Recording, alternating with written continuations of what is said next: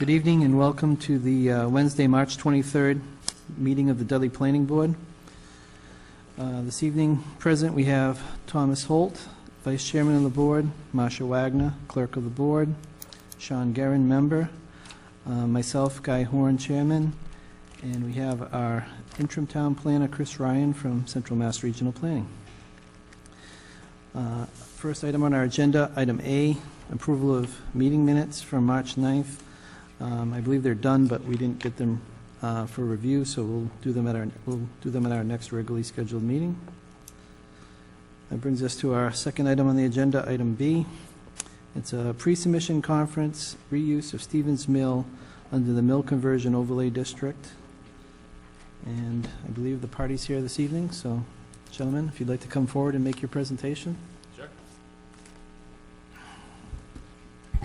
Good evening. My name is Billy Hughes. I'm with Historic Preservation Partners. We are the proposed developer of the renovation efforts at Stevens Mill. We're here, like you said, to just present for the pre-submission under our special permit target to go through our plans with you, here to answer any questions. I have with me George Peterson, who's been with the project for a bunch of years, and he's also a co-developer. Phil Paradis, he's our civil engineer, and he'll be speaking right after me. And then Keith Patterson is our architect. Okay. So what we're proposing, just as a general overview, is a 142 for-rent, market rate residential units.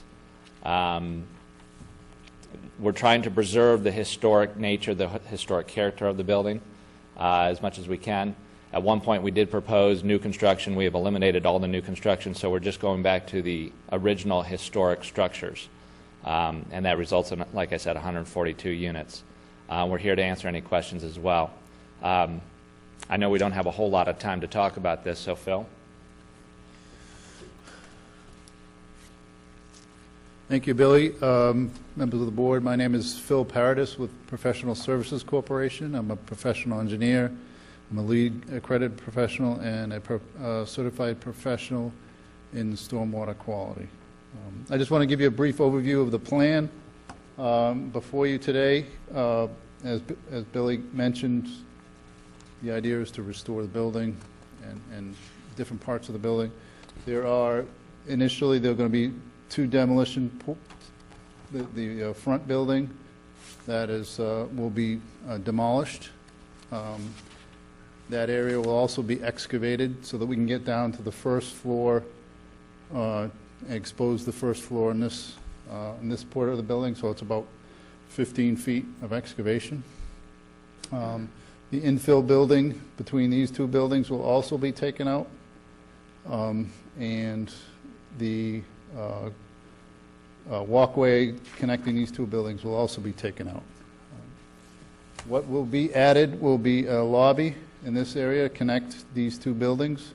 There's also provide pedestrian access to all the buildings through this lobby. The overall access to the site, if you're aware of the site, there's currently a driveway in this area, and there's also a driveway in this area. They will be consolidated into one main driveway to get access to the main parking. And also, it will also reuse an existing easement out to Mill Street through the back. We provided adequate parking for all of the residents. Basically, we have 235 parking spaces, which is a ratio of 1.65 per unit. We also have located handicap accessible spaces throughout the project for ease of access. And we've also provided a number of walkways to get people from the parking areas to their residential units throughout the building, throughout the units. There will be a designated loading area for people moving in and out or getting furniture delivered, etc. We also have, we're working on a trash and recycling area that may move possibly to this area. But the idea is to have enough facilities for two 30-yard dumpsters. They'll also be adding a bike shed to accommodate a fairly significant number of bikes. The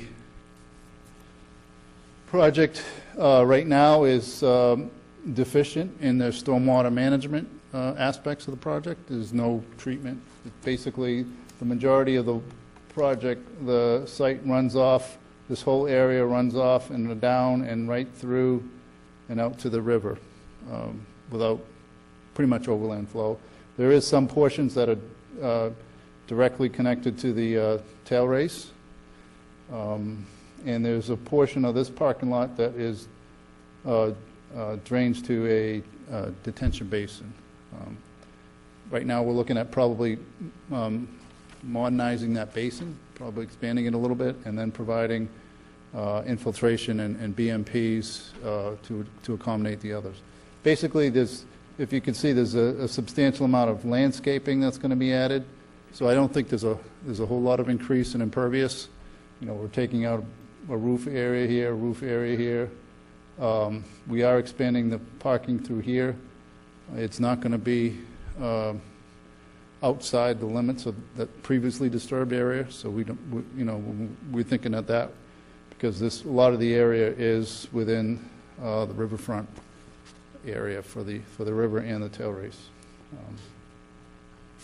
So water service, right now it loops around the building. Because of the excavation, we're going to have to redo the water service pretty much around the building.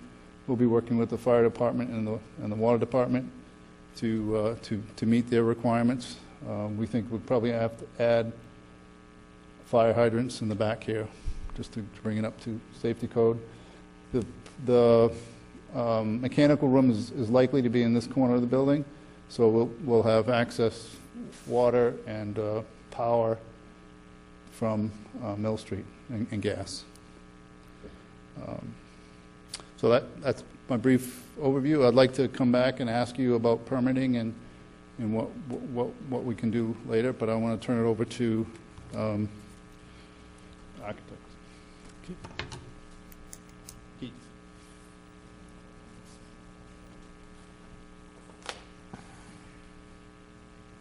Good evening. My name's Keith Patterson, Patterson Architects. And I'd just like to do, we did put together a little booklet and some interesting pictures that kind of orient the building. And we know the building is made up of a number of smaller buildings combined into one. And so we have these labeled, which is the historic labeling that everybody's used forever on the building. The other thing we've done is Historic Commission and Mike Braniff has been able to locate several old photographs which we've used in attempting to, for our restoration efforts in terms of windows and restoring the building to its historic, more of its historic fabric. So that you can see that basically by taking out the M10 building, what we call the M10 building is currently the flea market, we're creating the new entrance to the building as well as we're bringing it back to more of the way it was historically seen in when it was first built. These are several photographs of the building. This is the M2 building with the tower. This is the west tower. M4 is the lower part. This building here will be demolished. This is the building along Mill Street, showing the M2. This is where the utilities would be coming in. This is M6, which is the other perpendicular building that comes off of the main building. And that's an interior shot of the top floor currently.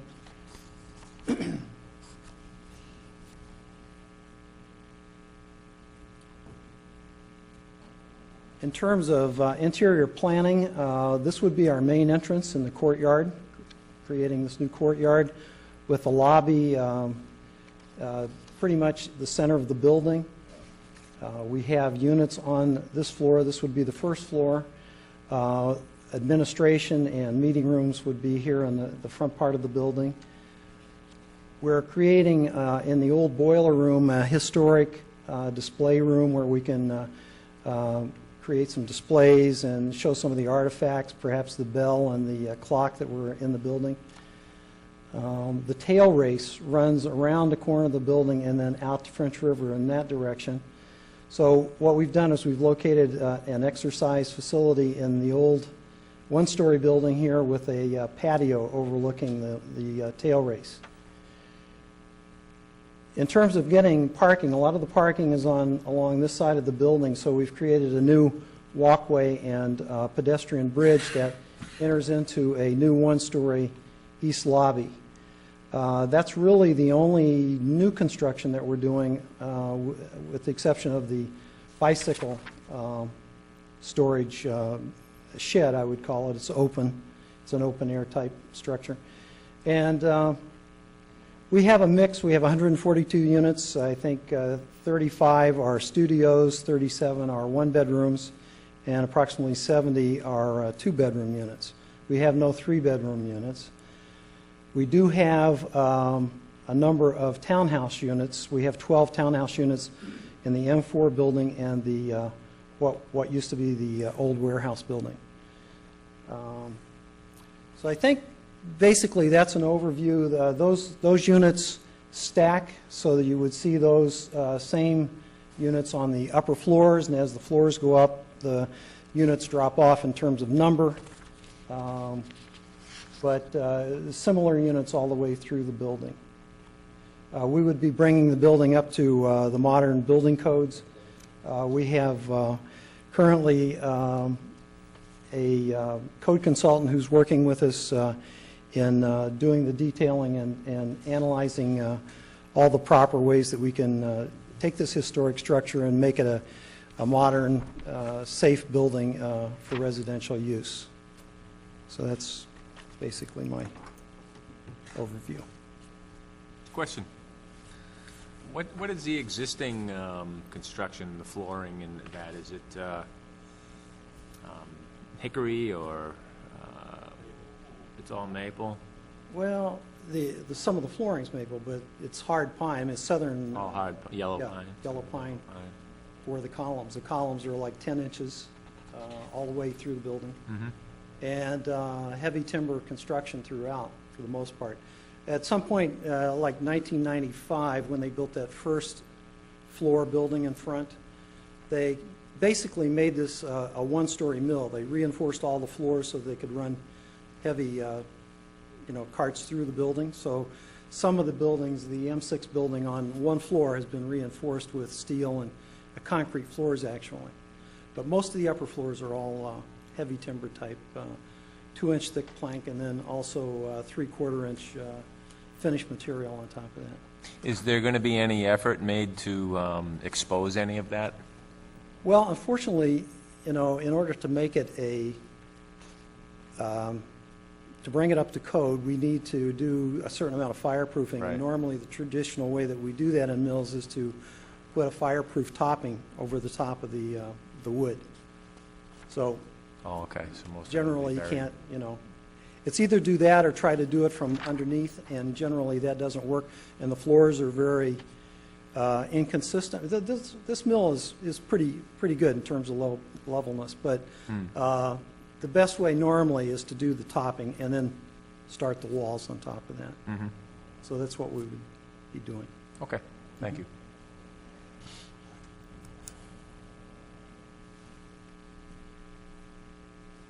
I don't know if you have any more questions, but I wanted to talk about permitting and how we get to get everything you need to make a decision on this. We understand, obviously, that this project requires a special permit and a mill conversion. It requires a site plan review, and it also requires a notice of intent with the Conservation Commission.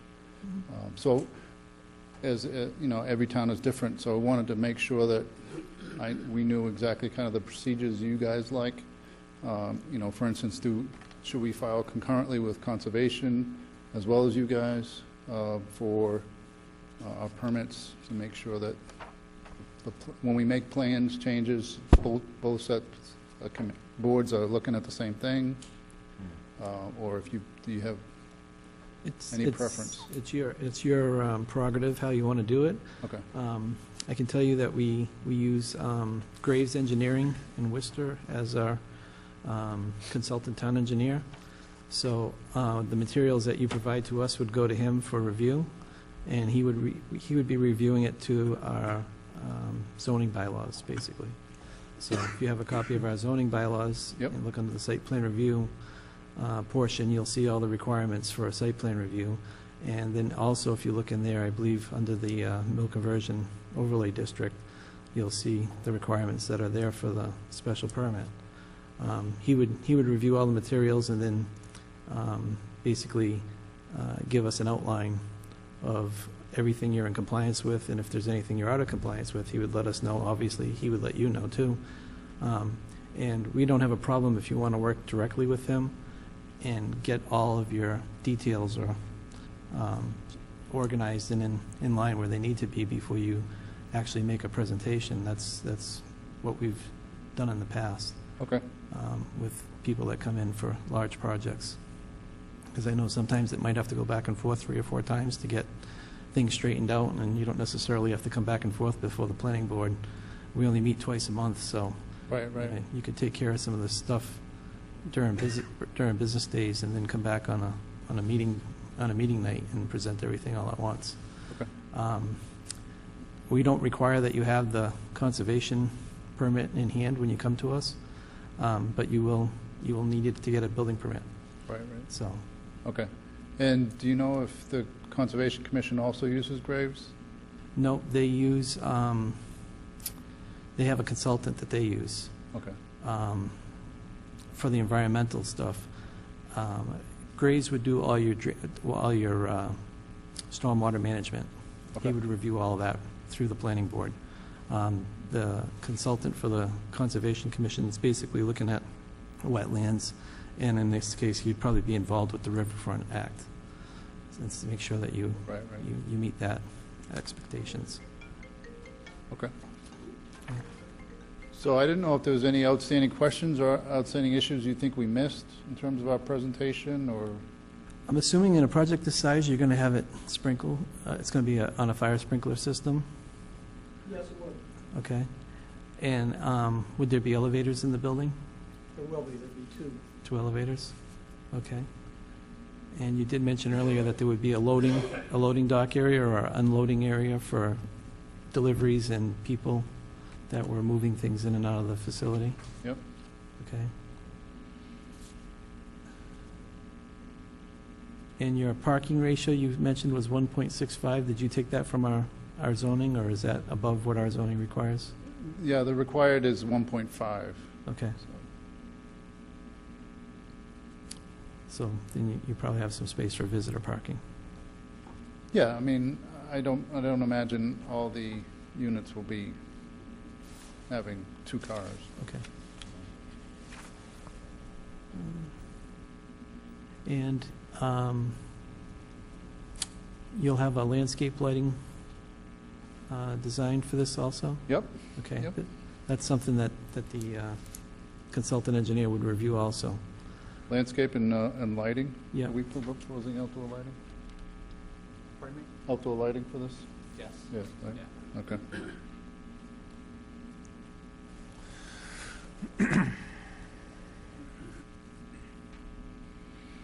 Excellent.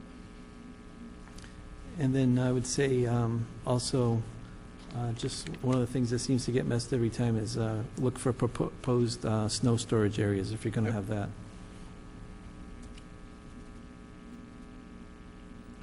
Mr. Chairman, members of the board, just wanted to share that my office distributed sets of the preliminary plans and the narrative to a number of different departments in town, including water and sewer, police, fire, health, conservation, building, and several others.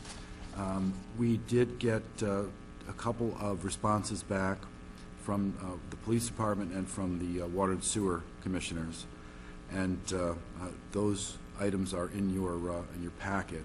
The police was concerned about a walkway, and I don't know if the applicants could maybe bring our attention to what they're talking about. It was a area of the southwest corner of the building. Sidewalk shrinks down to a point where it does not exist. With a higher level of pedestrian traffic anticipated in the area, I hope there is some road redesign or other activity which will expand the sidewalk at this location to an acceptable level. This may require a slight lane shift. It's my understanding that the road is scheduled for major work and utility system upgrades soon. This is perhaps time to address this important issue. Also, he notes that the increased number of units will directly affect calls for service. Time will determine the level of impact. Wishes to reserve the right to, in the future, address this if it becomes an issue. And then basically the sidewalk is the thing that he really had the primary issue with at this point. So I don't know if that's something that you have a feel based on my narrative, what he's talking about, and address it. I think there's a new water main going down the street. Water department mentioned that. At that time, maybe we could get a little radius on that corner sidewalk to accommodate.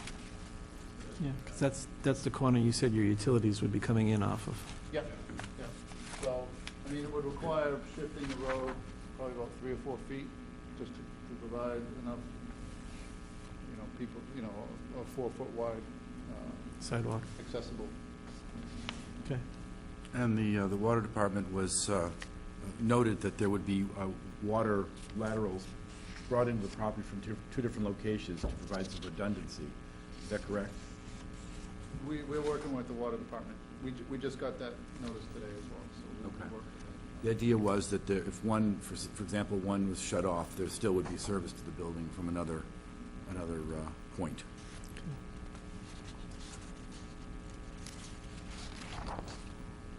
Is there going to be any wells on the property for use for like maybe landscaping or something like that? Well, if I'm not sure if how familiar you are with the site. Right now,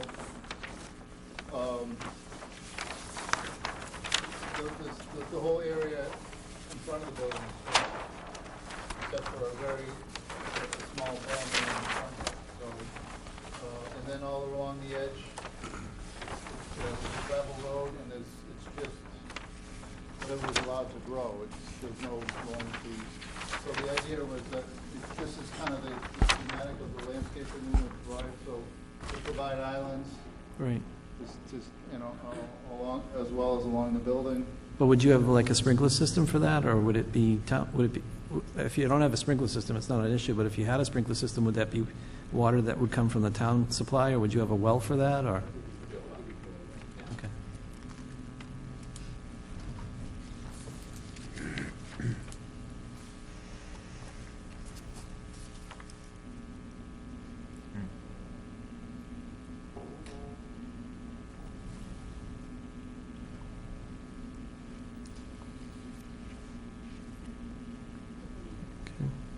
And when would you expect to start construction on this project? We're taking it through financing right now. It's a very complex financing model. We use historic tax credits and conventional financing combination, so everything kind of has to come together all at the same time. We're looking sometime maybe this summer. I would say late June, maybe potentially early July. Okay, and what would your expectations be for the completion of a project? Is this a 2-year project, 4-year project? It's, according to all the schedules I've looked at, 14 months, start to 14 finish. months. Yeah. Okay.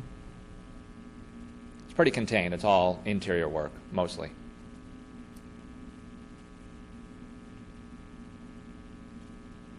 And in some of your comments, somebody mentioned LEEDs. Would you be, would this building, when it's done, would it be LEED certified?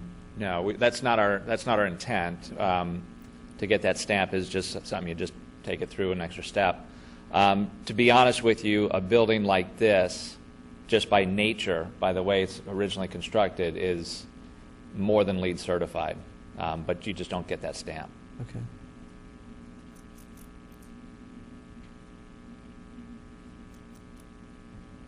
What do you mean by nature, that it's more than certified? It's pretty temperate inside, and we've built these very similar construction. The walls are 7 feet thick at points, and it stays very temperate inside, where summer it's cool, winter it stays relatively warm without a whole lot of effort. That's just the way it's built, you know, solid old growth pine wood on the floors, ceilings, and then the thickness of the walls themselves. Did I hear you guys mention that the east lobby was no longer, is that still in the plan, the new east lobby, the 790 feet? The east lobby? No, we're creating a new east lobby. Right. One story, yeah. Oh, so that won't increase any of the footprint? That's just from... Actually, we're reducing the footprint by about 24,000 square feet from what it is currently. Okay. That's the only new construction on the site. Well, actually, we're replacing a piece of, we're taking that section out, and then we're putting a new... Where on the plan? That would be this Okay. little piece right here. Okay. We're eliminating, demolishing the current building there and putting that back. Okay.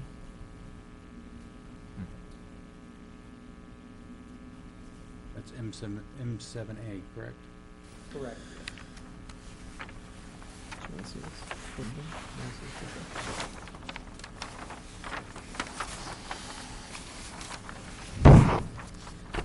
Okay. So I would say that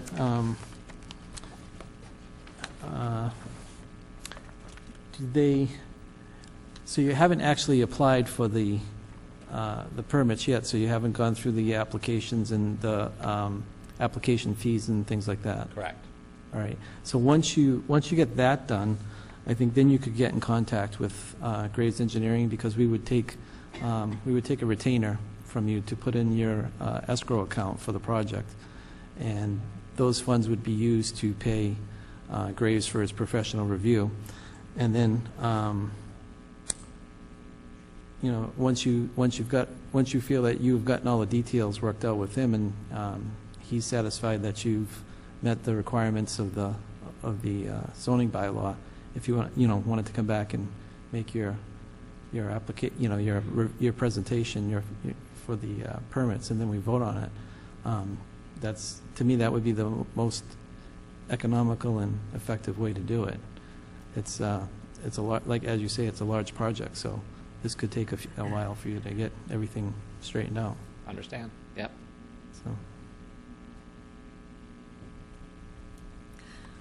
At our meeting a couple months ago, I guess it was, in the Selectman's office, you just brought up financing.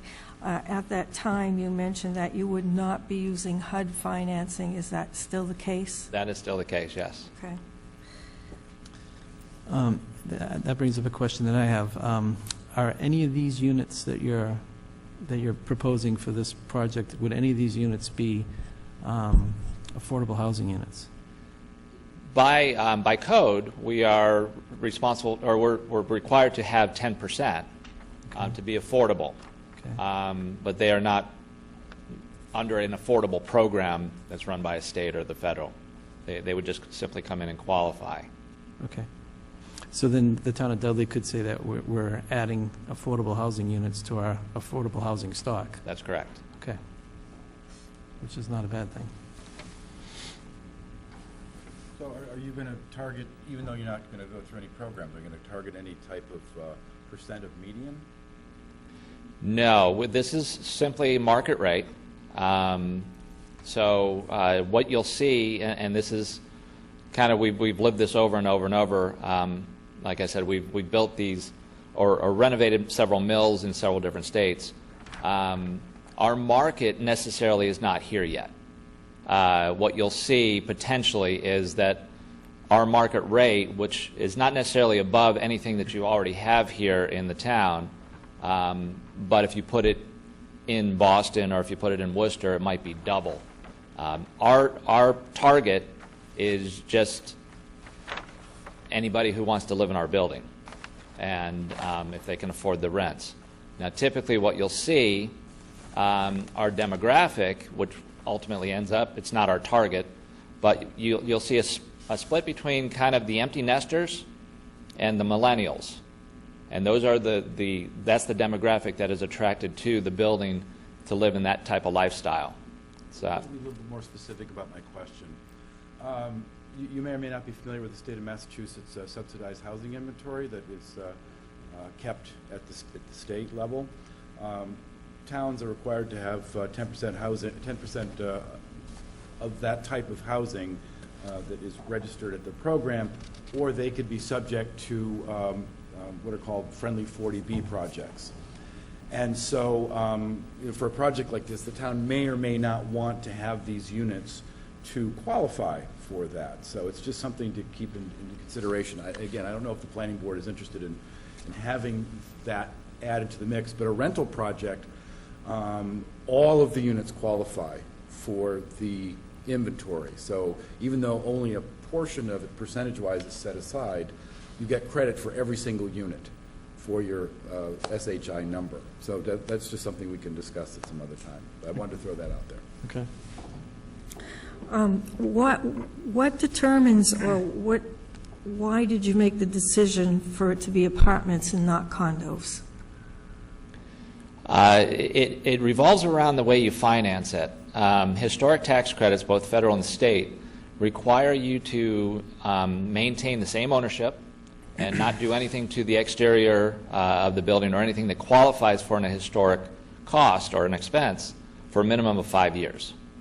So just by definition, it'll stay the same ownership for a minimum of 5 years because of the use of the tax credits.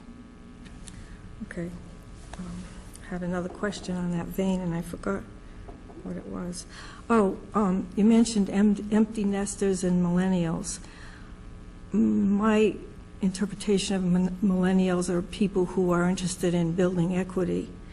And as a planning board member, I'm concerned about town solvency. I asked about a year ago what the difference would be between rental income and condo income for the town's revenue. We're always, our school, it takes a huge chunk of our budget all the time. And we're saying that there are going to be two-bedroom apartments here. That's going to affect the school as well. So it's a concern. Empty nesters, they're probably looking for equity. Millennials are looking for equity.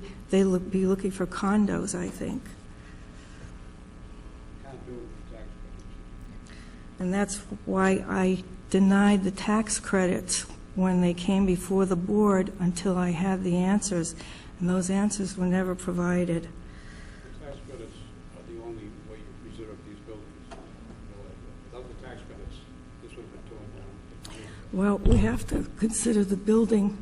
I've been here all my life, and I care about the building and the historic nature, but we also have to balance the town solvency. We always have trouble meeting our budget. The school, again, takes a huge chunk, and we're talking about two-bedroom. I know the state allows a child of the same gender in a one-bedroom apartment as well. Go over the history of your other projects, Bill, the ratio of kids per. Yeah, we're just finishing up a project just outside of Charlotte that's 190 units. We're about to start on phase 2 down there. Again, it's a very similar feel. It's a very similar construction, similar in the history, et cetera. We opened it up as a for-rent, family, multifamily project. Out of 190 units, I have one child living on the site, and that is the daughter of our assistant manager. So it's not anything that we do from a marketing side, but these projects are just conducive to those two demographics. Typically, you don't see a whole lot of children living in these types of projects. But there's no guarantees. There is no guarantee. I don't discriminate that way. I provided the town administrator with a report from a project in Virginia, some proposed mill conversion. I think the multiplier for that project was 0.25 school children per unit. So I think it was something like 162 units in one development scenario and something like 46 school children, something like that. So generally the multiplier that I've been able to research is from 0.2 to 0.5, something like that, depending upon the bedroom mix. Okay. All right. So do you have any other questions for us? No? I was recently at the CMRPC quarterly meeting, and the focus was on economic development and renovating mills. This is their project in Warren, Mass. Dudley's not in Virginia, so I don't think that's a good comparison. And they're working, this mill is looking at vocational training and a opportunity center. I just wonder if you considered commercial, especially on the first levels, restaurant space, et cetera. We're really interested in bringing some revenue into the town, and this is going to be a strain on the school and the police. So trying to find a better balance, if it's possible. To answer your question, yes, we did consider commercial. We always consider, what's out there. Anytime we come into a project like this, we start with a blank slate, and we put out the feelers to all the economic indicators. We have different market studies done that are not necessarily market studies, but demand analysis. And there are certain projects that you look at and say that's a multifamily, but the indicators will come back and say no, it's not. It could be commercial. This just did not show that. This showed that it's multifamily, it's strong multifamily, and the commercial, it's been our experience, follows the rooftops. And what we're trying to do here is provide some more rooftops so that commercial can follow. There's been study after study on these types of projects. Donovan Ripkema is a professor out of University of Pennsylvania. He's got studies across the board, from Utah to Virginia to Pennsylvania to the Carolinas to, any projects that's been done, he's looked at it. And what you don't see necessarily by building multifamily that will happen, and he's come up with a number. The number is that the economic impact of this type of building, significant building, in a small community can be as much as $7.80 per dollar that we spend out there. So the economic impact has, these are residents who will spend money in your community. There will be extra tax. There's obviously construction, permitting, et cetera, but it's exponential for every dollar that we spend on a project like this, the impact that it has on your community. So I guess what we're trying to say is don't necessarily look at this as the panacea for commercial in your town, but it could affect future commercial just by the way it is.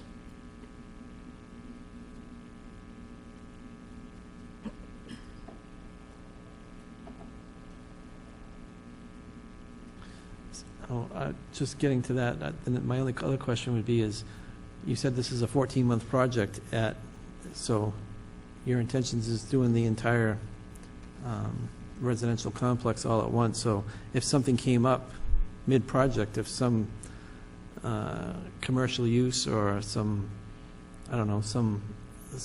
business came to you and said, I'd like to have space in this building, you'd have no space for them.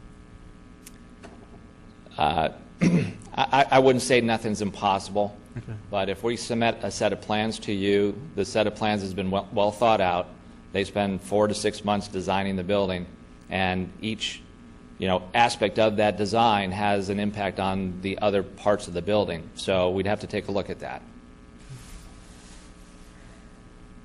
And the one thing that I just thought of also, there would be no, inside this whole entire complex, are you planning on having any place located in, I don't know, maybe one of the lobbies or something like this, where, like if residents needed to, get a quart of milk at night or a loaf of bread or something, would there be like a small convenience store inside, or? That is a, yes, that is a consideration. It doesn't always work, but I leave that mostly up to the management company, who gets brought into the final design plans. And if there's a convenience-type lobby that they see a fit, that there's a need, then we'll absolutely do that. Okay.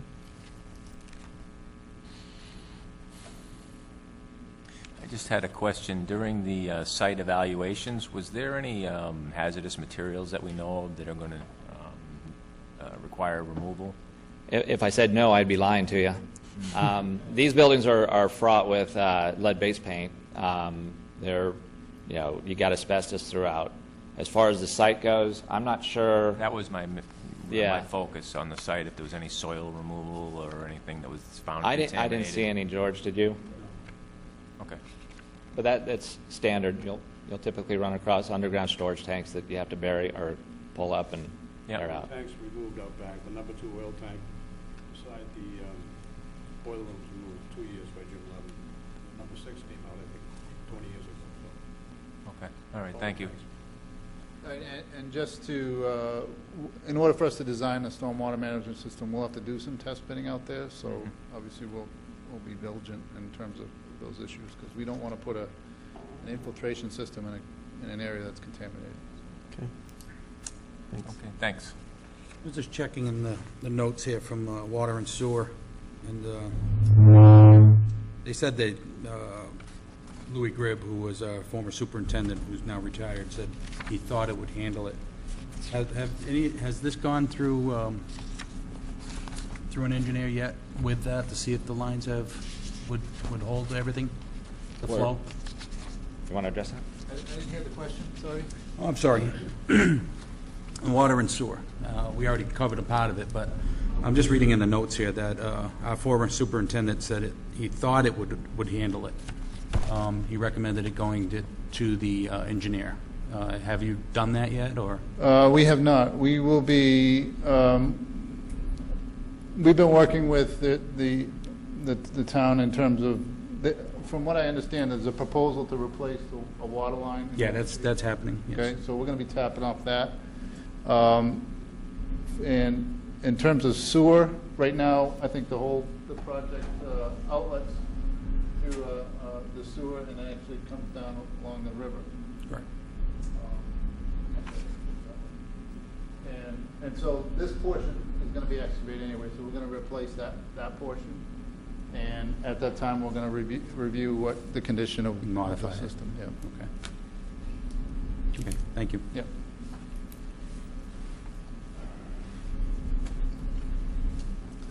Okay. All right. Anybody else on the board with any questions? Not yet. All right. Okay. So Thank you, folks. Thank you very much. Thank you. It's not a public hearing. Any public comments? It's not a public hearing.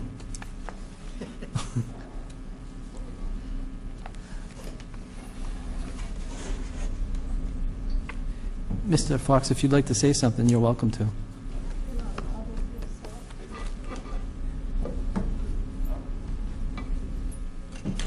Just a comment in general, and I'm speaking for myself as a selectman, not as a representative of the board. The trend in our school system right now is on the downward decline. There are less kindergarten children going into the school systems than 10 years ago. When there are vacancies in the school system, the schools take children through the school choice process, and that's how they fill that void. If we have residents that live here that go to the Dudley school system, that will they'll have to take less school choice systems in the future. So I just thought I would make that general comment. Okay, thank you.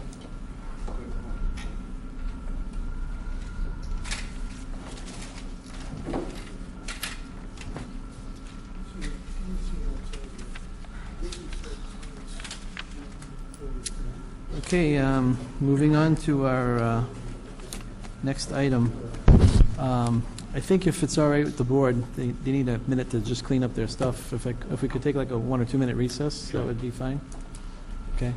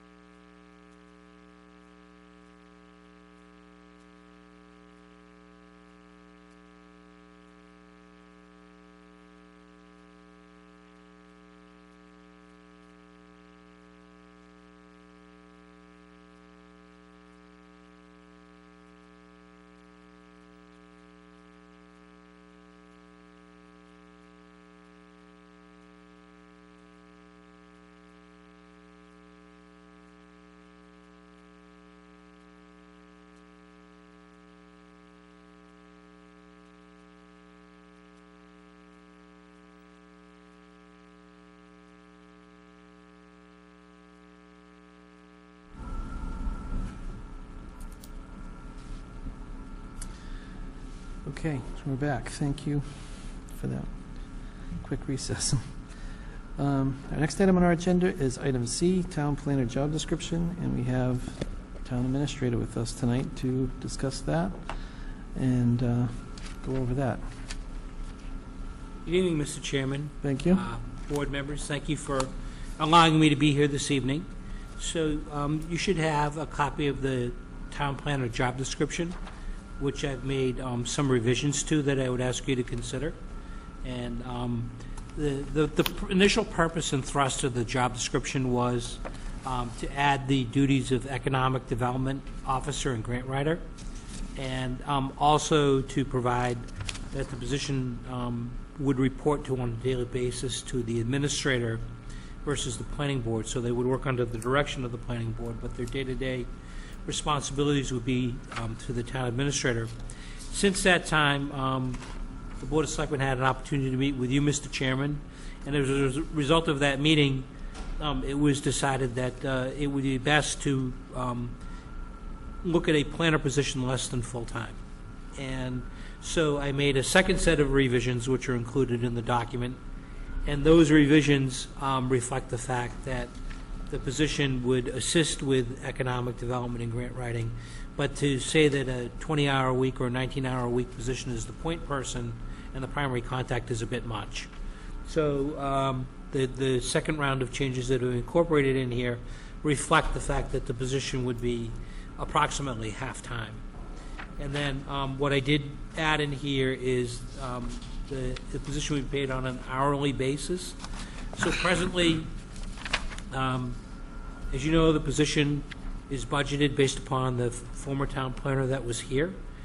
And there's a suggested rate of pay, which is which I've come up with, which indicates that we want to hire a competent,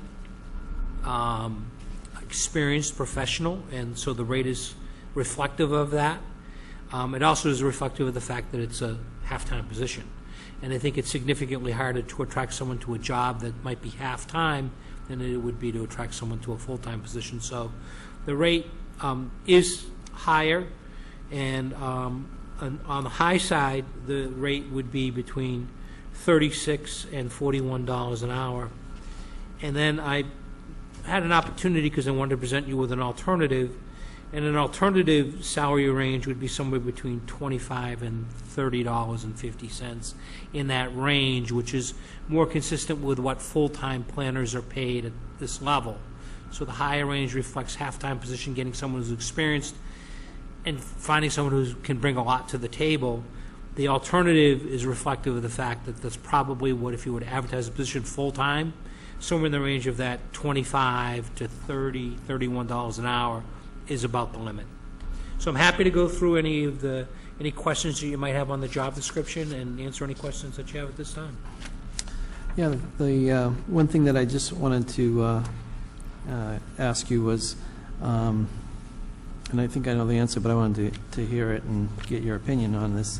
So the way I read this, my interpretation of it was that if we went down with this road with the part-time planner position, and per the job description that you had updated for us, my interpretation of it was the person that we would hire for this position is a planner first, and then a economic development person second. So, yeah, I think it's important to incorporate economic development and grant writing into your job description, regardless. And as a matter of fact, originally there was originally language in there. I'm looking for it because I'm trying to figure out. If you look at under essential duties on the first page, and you look at the paragraph that starts off with assist with development and implementation of growth management, land use, environmental, economic development, housing. So we see the word crossed out that says economic development. Mm-hmm. That was the sole reference that was in the job description that exists today. What I did was I took that out because I thought you needed to include a larger, more detailed section on economic development and grant writing, which is the section that immediately follows from that says serves as the town's contact for economic development and works with the planning board, economic development committee, board of selectmen, and town administrator to promote Dudley's economic development objectives, assists with local business retention, expansion, relocation plans, and coordinates activities with state and local officials and business organizations. What I've just read is probably a full-time job. I'm sorry? What I just read, that one section, is probably a full-time job. right. But I still think it's important to include references to it in your job description. Mm-hmm. I think as Dudley, as development slows down and there are less people that are coming in with subdivisions and such, one of the things that people are looking for is to work with someone such as the gentleman we're here this evening in promoting economic development and growth of the town's tax base. That's what I'm here to do, but I need a partner to do it with me and assist. Right. And I think the planner is that right person. Is it possible to attract somebody at that, a part-timer at that higher rate I think so. with the potential, if need be, to go full-time at a possibly reduced rate? I think there's two groups of people that would be interested in a part-time position. You could find someone who is at the end or nearing the end of their career and wants to wind down and may have a tremendous amount of information. It may even be someone who is quote-unquote retired but has the expertise. You might attract someone, a young parent who's got some children who doesn't want to dedicate full-time to a job and might have 4 hours a day, say from 10 to 2, to dedicate to the position. And those are kind of the magnets and the attraction to the position. Mm-hmm. So I think answering your question, if the position were to become full-time at some point, I would suggest that the rate needs to be looked at again, because those rates that are for a part-time position, I think, are really too high for a town like Dudley. Right.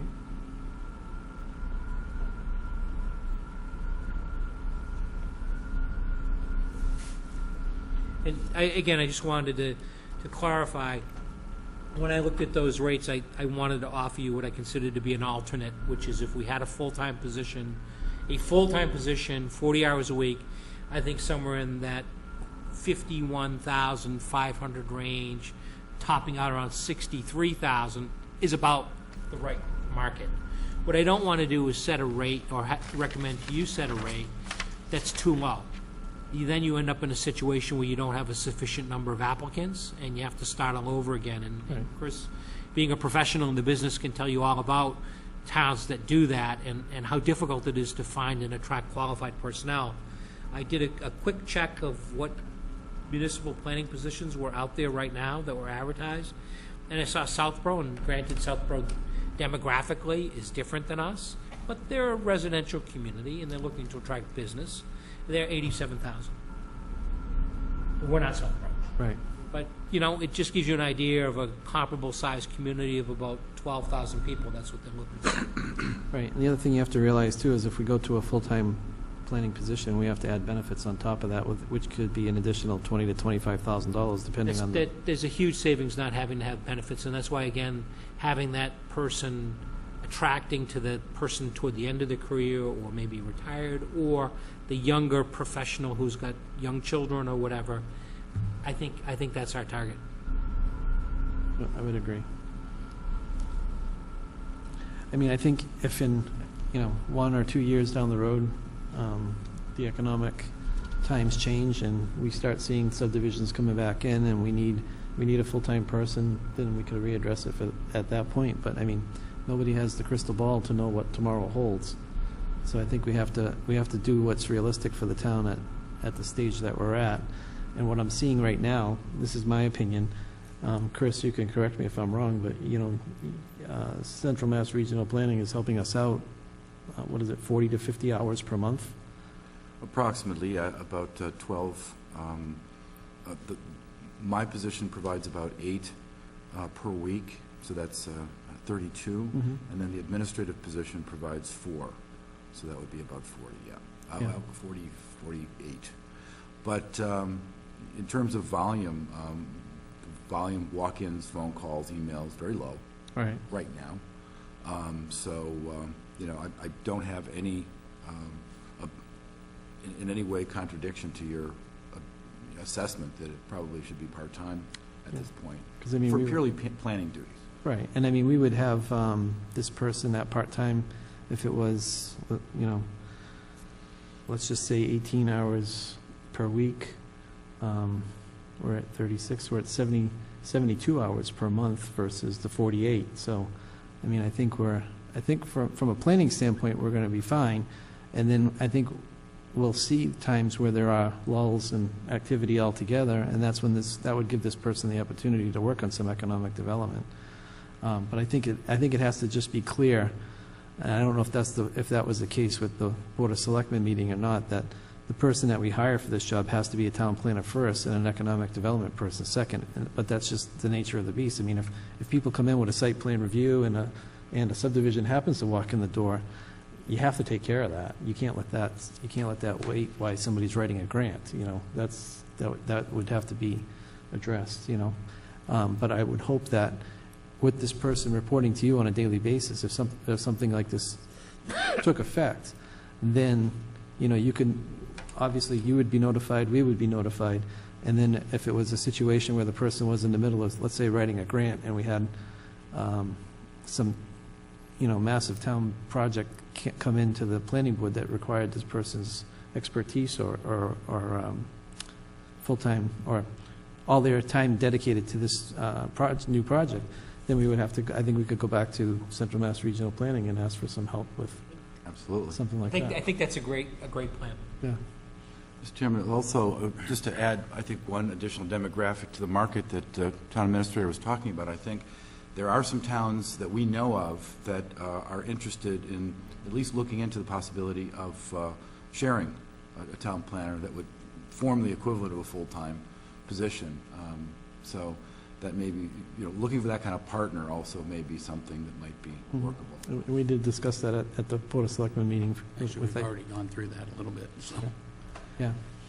I mean, I think there's positives and negatives to that. I mean, I think one of the negatives is trying to get the schedule worked out. I think for us it seemed like every time we needed something done with the previous town planner working 1 day per week in another town, it was always, well, I'm there that day, or I don't have time because I'm doing this for them, and I think it can put them in a tough situation.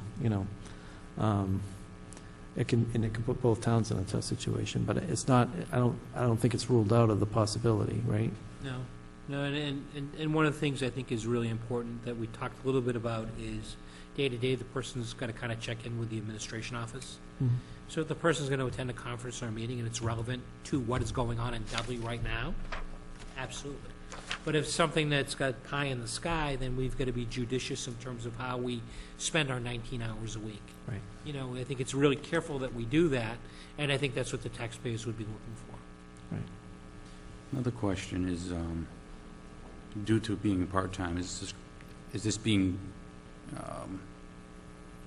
put out as somewhat as a temporary position as per the economic state of the state right now, or?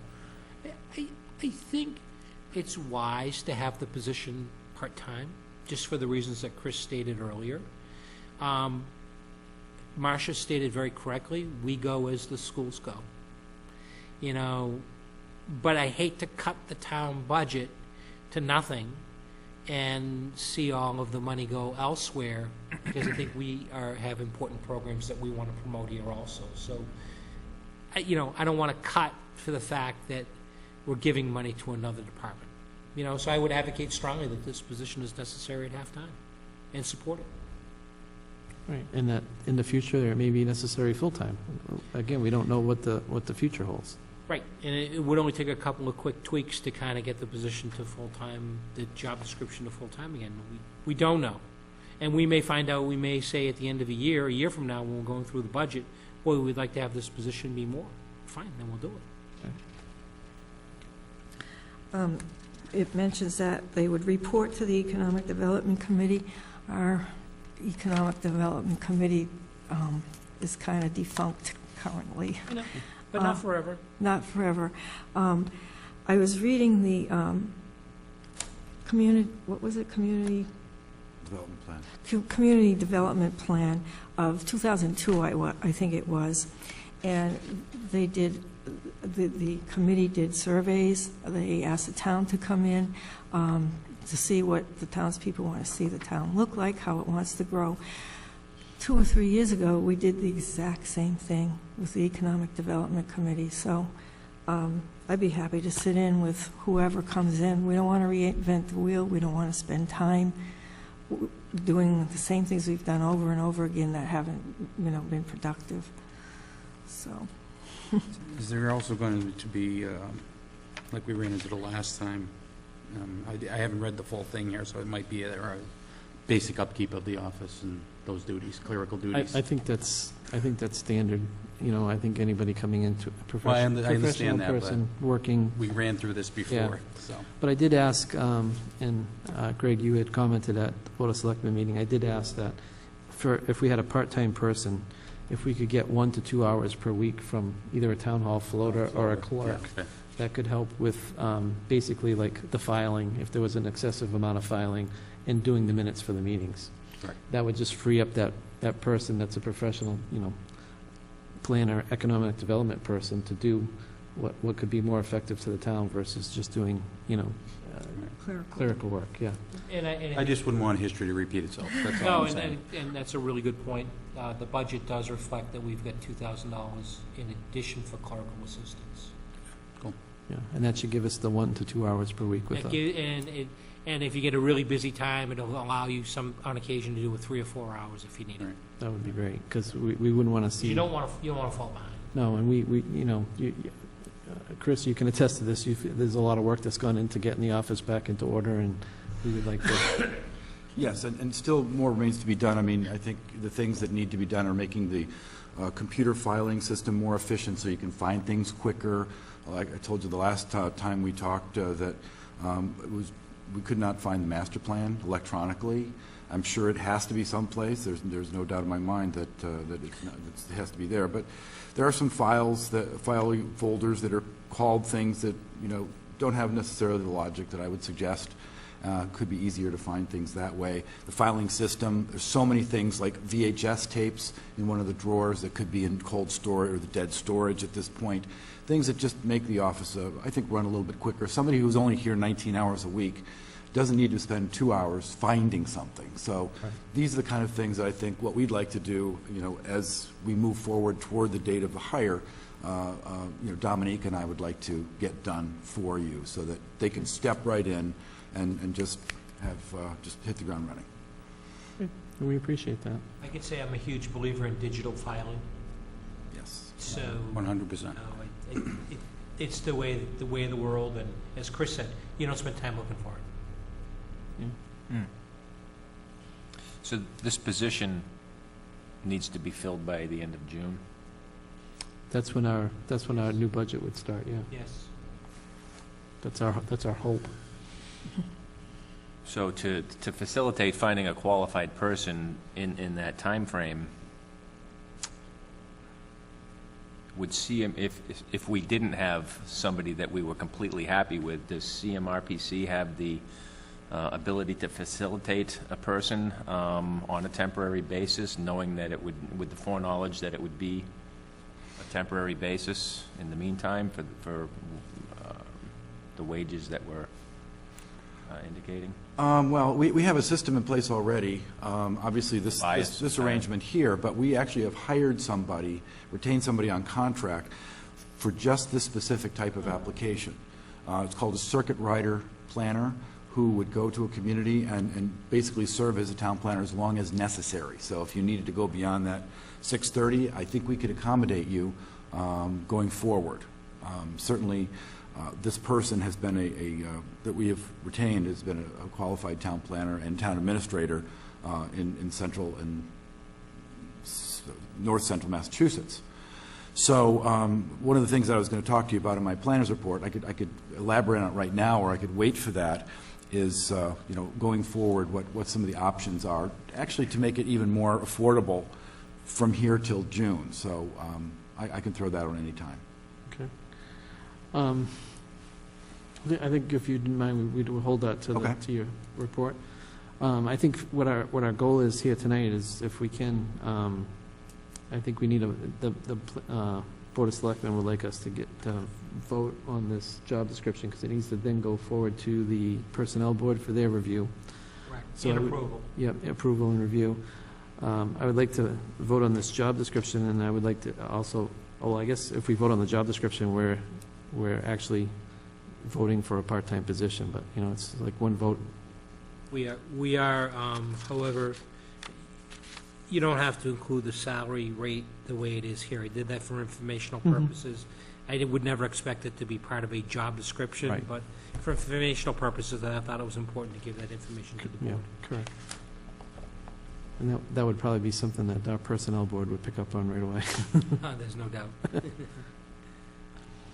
So if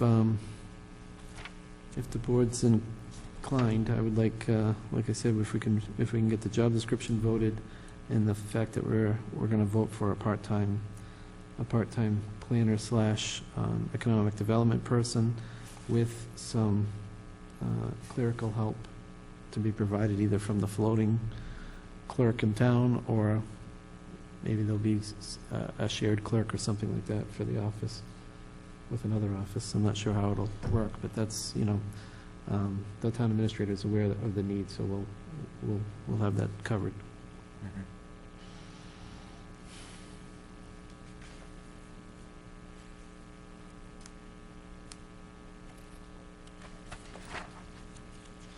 Anybody else have any other questions? Going over it.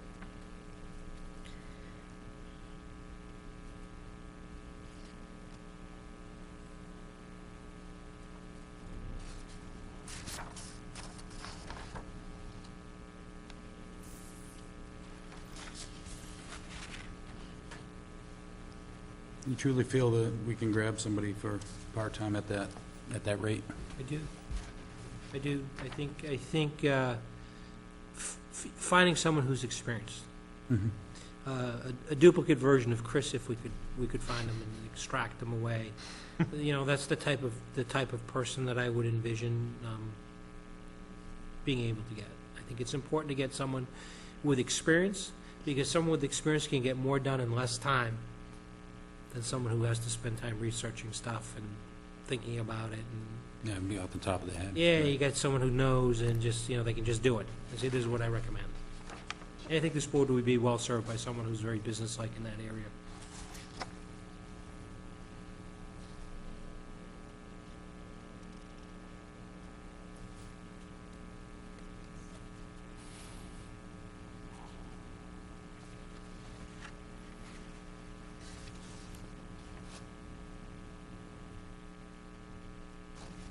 You think that budget for the clerical or the floater would always be there? You can always find that? Yeah, I think it's important. The floater position has expanded in the 20 months that I've been here.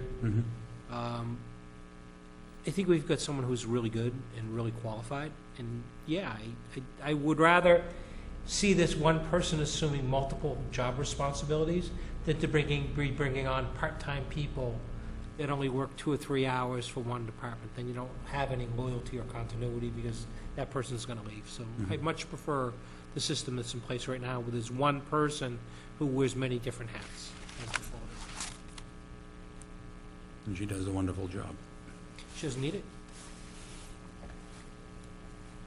I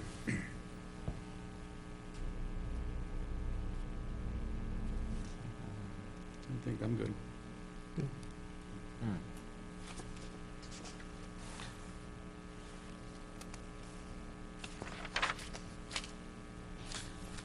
Yeah, so the basic element of the job description is unchanged. Right. It's only the sections that are underlined Yep. or crossed out that have been changed. The other sections are intact from what was in the original job description. Well, I think we should, we should probably just do 2 votes. One, the first vote should be just to vote for a part-time town planner / economic development person, along with a part-time clerical help for the office. That'd be the first vote, and then the second vote to go ahead with the town administrator's latest revisions to the town planner job description, which also includes the economic development duties. And the only thing I would say, we would just omit the compensation section. Everything else would probably stay the same. And that way there we can pass it along to the Personnel Board for their review and approval. And Okay, so do you want to make a motion on this now? yeah, if we could. Okay, great. Okay, Mr. Chairman, I would like to make a motion that we accept the town planner job description as laid out,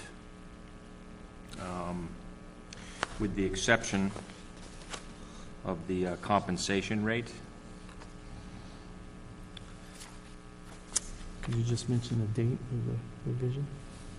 And these were revised by the town administrator on 3/15/16. Okay, so we have a motion. We have a second, a motion and a second. All in favor? Aye. Aye. Unanimous? Okay, and could we also get a motion on that the position will be part-time for a town planner / economic development person with a part-time clerical help or staff? So moved. Okay. Second to that? Second. All right, all in favor? Aye. Aye, unanimous. Okay, so that's the way we're going to go. Thank you very much, and I will plan on being present at the Personnel Board meeting in April. And when I find out the date, I will let you know. If you want to Okay. come in to support Sure. the job description, that'd be great. Yep. Thank you. Thank you very much. Thank you. Could I request, would the town administrator be willing to stay for an additional 3 to 4 minutes? There are a couple of items on the planner's report that may be relevant to Sure. his presence. No problem. And with that, why don't you go right into your report?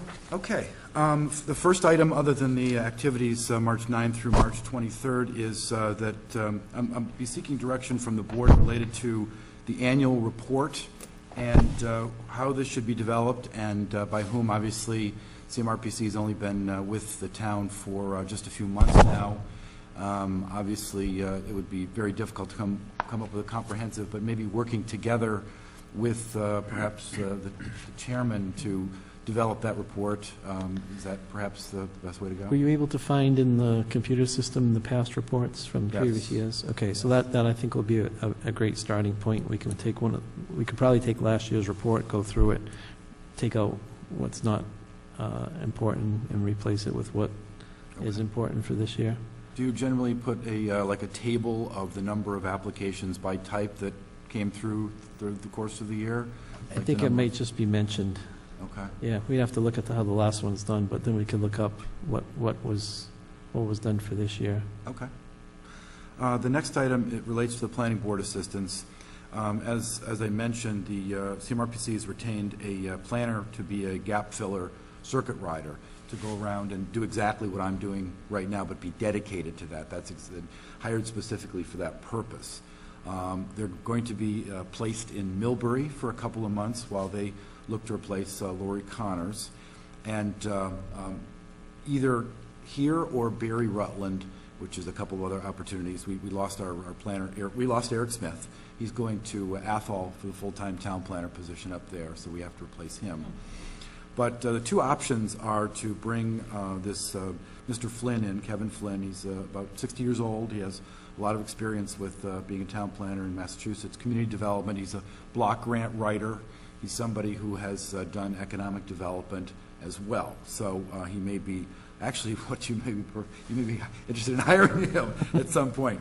The other option is, and this is the money-saving area, is to, Dominique Dutremble is my staff planner. She's been here for the entire duration working with the office. I've been training her as a town planner, giving her scenarios, and so she's very, very competent in terms of her planning knowledge at this point.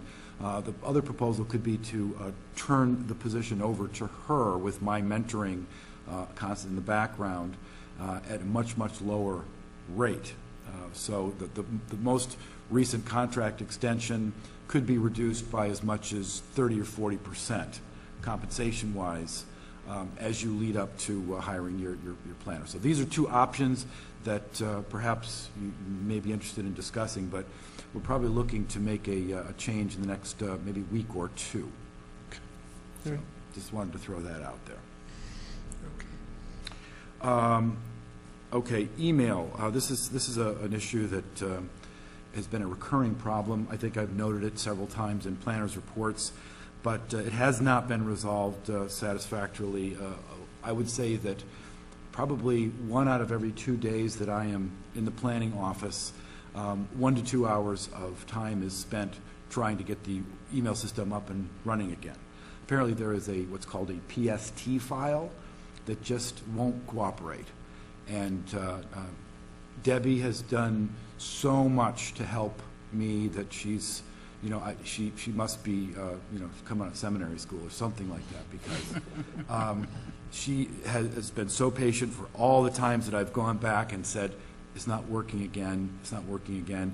She's reinstalled the program once or twice, and then she took it off and put on the previous version of Microsoft Office, and that still has the recurring PST problem. So I don't know what needs to be done, but I can tell you that a lot of my time is wasted with that recurring problem.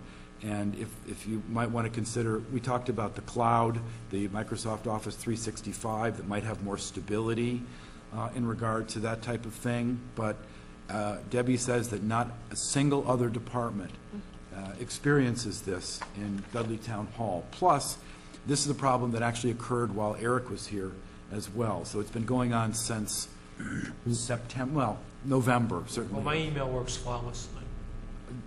Could I use yours? Flawlessly. No, the previous town planner had issues with it when she was here also. We would get weekly, monthly reports on it, that it was working or not working. And my only question is what if we replace hardware? I mean, what if we just get a new computer and put it in and start from scratch? I'm wondering if there's something corrupted in ours. Yeah, on the I machine mean, itself. basically unplug the machine, put it aside, and get a new machine in here, even if we have to rent it for a No, temporary. there should be savings in your budget as a result of CMRPC being on board. So we may need to reallocate salaries to expenses, but we may have sufficient funds to buy something. Okay, I think that would be a good idea. yeah, and we might want to look at, this is just my opinion, but if we're going to spend money on, what we consider capital equipment, we might want to look at getting a laptop for this new person. That way there, if they wanted to bring it to the meeting, they could take it along with them. Okay. And I don't think it's really that, today it's much more money to get a laptop versus a desktop.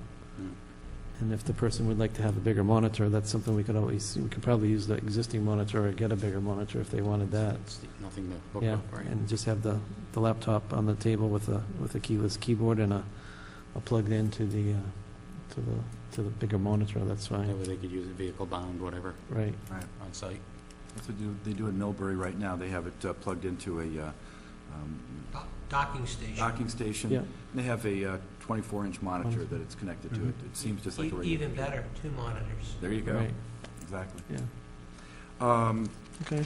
And I Drag think things there's, across and have 2 different things open. I used to have the same That'd be the setup. way to go. I used to run my GIS the same way, so. the only other items on the planner's report is just a reminder to the board that it's at whatever time is convenient to set a date for the site walk for the proposed Village District overlay. I remain ready. Any Saturday, you just let me know, and I'll be glad to do that with you. Dave's... Buying the coffee? What's that? You buying the coffee? Oh, gosh, no. I thought that was what you could do for me for driving down all the way over here. Dave's Way and Paula Lane were filed in a drawer marked roads waiting to be accepted. Does anybody know about whether Dave's Way and Paula Lane are intended to be? They are, as far as I know, they're both roads that were completed. The subdivisions are done. Both roads were proposed to the town for acceptance, and I believe basically denied for what I'm going to call cosmetic reasons. And the situation is now that these 2 roads have gone even a longer period of time without being accepted, so the cosmetics have gotten worse every year. So if you were afraid to accept it 5 years ago because it had a crack in the road, I'm sure it's got 2 or 3 cracks in the road by now. And So I'll yeah. put them in a new drawer called roads rejected for exception. I mean, they're basically pending. They should, in my opinion, they should have both been accepted. So I would suggest that a warrant article be prepared, which would reference an as-built plan, and that be submitted. It can always be withdrawn if something's not right, but we should submit a warrant article. And I was asked, as you brought up subdivision roads, about Tobin Farms, whether that's something that should also be considered for acceptance. That's the development, as we all know, that was subject to discussion in the fall. Well, those are articles that the planning board can support, but we don't typically write those articles. The applicant has to come forward and give us the as-built plan, and usually there's a filing fee for that. And Yeah, and I think the important thing at this point is just to get what I call a placeholder in, pending the final language that's there. when is the warrant close? You had to ask me that. I want to say probably around the end of this month. And if you give me a chance to go in my office, I can tell you I've got the documents sitting right on my desk. Okay, that's fine, if you want So to. let me check and I'll come back. Sure. Planning office is seeking authorization for purchasing 3 items for the office. Universal storage files to take some of the things like the VHS tapes and get them putting in dead storage. One of the things that I'm using in Millbury that might be really useful for this office is it takes about 4 or 5 trips down the hall to bring all the things that need to be brought for the meeting.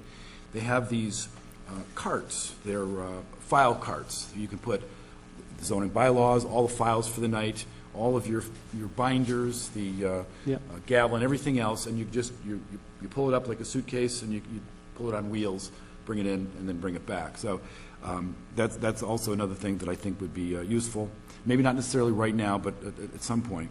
And then plastic wall mount file pockets, so we can put all the application forms and handouts that are available right inside the service window, right there in the wall. So like on the outside of building? Yes, exactly. So, so if you guys want to think about that, Yeah. I just wanted to bring it to your attention. Did you have a price for all those items? Yeah, it's on the back. It's universal storage files, 12 boxes for $21.99. Yep. File cart would be $85, and then the plastic wall mount file pockets. The initial 3 is $21, and then the additional 3 that you would add on to it would be another $21. It's about $43. So we're talking about $150. I have a question. Sure. I'm kidding. Okay.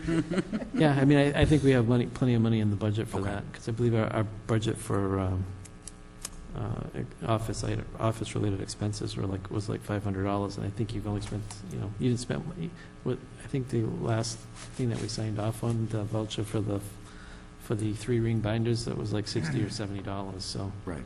I think we got plenty of money for that. Okay. If you think it's required, just go ahead and put an order in with WB Mason, I think what they use, or Great. whoever the vendor is. Okay. And then lastly, just wanted to throw an apology out to the board. For some reason, we completely overlooked the fact that there was a voicemail system attached to that phone. There was no evidence, at least in my mind, that there were phone calls, so we missed about 12 messages on there. So there are probably, there are a couple people out there, my guess is that we're not very happy about that, but they've been followed up on and called back. But one of the reasons that the rescinding of the subdivision and the A&R that we talked about yesterday is going on the next agenda is due to not fielding one of those phone calls. So Okay. just, we've got that worked out, but There's a learning curve to everything. absolutely, absolutely. Thank you. All right. April 8th. By April 9th. Okay. And we'll see what we can do about contacting the other. I think just the placeholder is sufficient at this point. Yeah, I mean, we had, the issue with Tobin Farms is I believe that there's still outstanding items on Tobin Farms. I know Dave Way was at one time complete and ready to go. Same thing with Paul Lane. I believe the other one that's ready to go is Eisenhower Drive. So I don't know why these developers never came back and, made the proposal to have it accepted again, but I think they got frustrated. Do we have as-bills for those two roads? There's a possibility they're in the office already. I mean, we'd have to look and see if we could find them and how they're filed, but, yeah, and I don't think there's an as-built yet for Tobin Farms, which they would need, so, but, okay, thank you very much.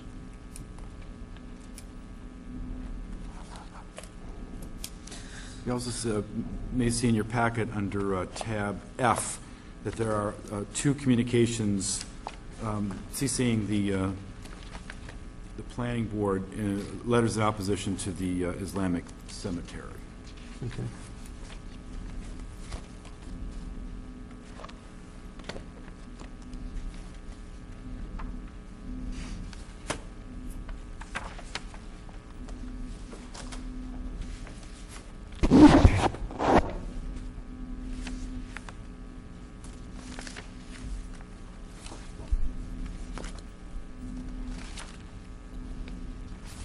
Okay.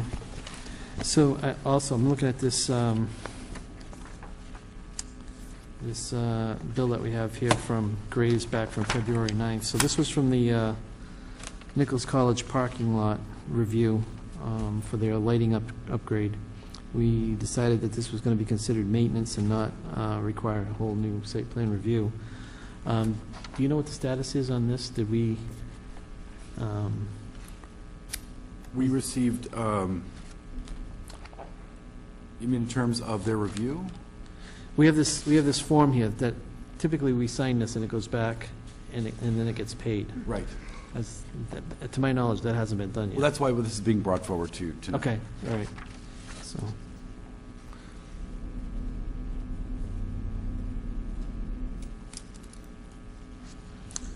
And today is the... Oh, this is over the parking lot. Okay.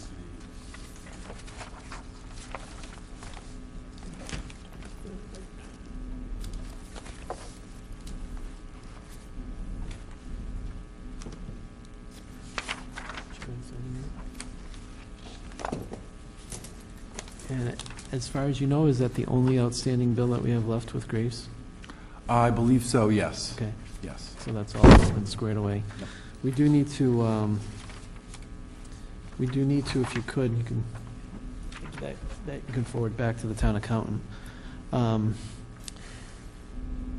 don't know what's the best way to do this, but I think we need to have a meeting.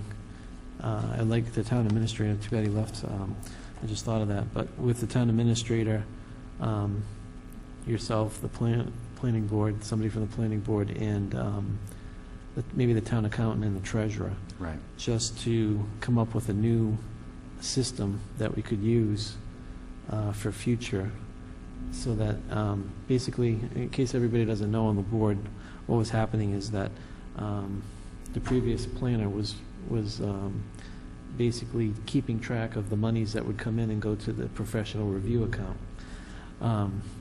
If that's not maintained and an accurate accounting done, it's very easy, because everybody's money's getting pulled together for the, commingling of funds. We don't need to have this. Yeah. So we don't have a separate account for every, we can't have a separate account for every project that comes in, because we don't know when the project's coming in. These accounts need to be opened and closed at town meeting. So I think we need to still do it the way we do it, or using the single account, but we need to have more, a better accounting system for keeping track of this. I don't think it should be the town planner's responsibility for this, especially if we have a planner that's only going to be a part-time planner. I think what happens is when the money comes into the planning board office, it needs to be, the check needs to be attached to a copy of a form that says what it's for and what it's to be used for. And this, I think, typically goes to the treasurer's office, and then he would submit it to the accountant's office. I believe, I'm not 100% positive, but I did talk with the accountant at one time, and she said she wouldn't really have a problem keeping track of that for us, and I think we would be much better served if the accountant could do this. And the other thing that it would basically help us with is that if you go online right now to the Dudley Town website and look under the budget tab or the accounting tab, there's every week it's updated. So we would have basically an updated spreadsheet on a weekly basis of what money has come in and gone into that account and what it's slated for. So that way there, if somebody puts in $2,000 and they have a site plan review and it costs $2,150, we know that they're short $150. We can send them the bill and they can pay us the other $150 versus, somebody having, and you get the same thing too for if they put in $2,000 and we have a review and it's $1,750, they have $250 coming back, and we can let them know that they have a credit in the account, and we can refund them the money. So I think in the past that was not done, to a good standard, and it needs to be upgraded.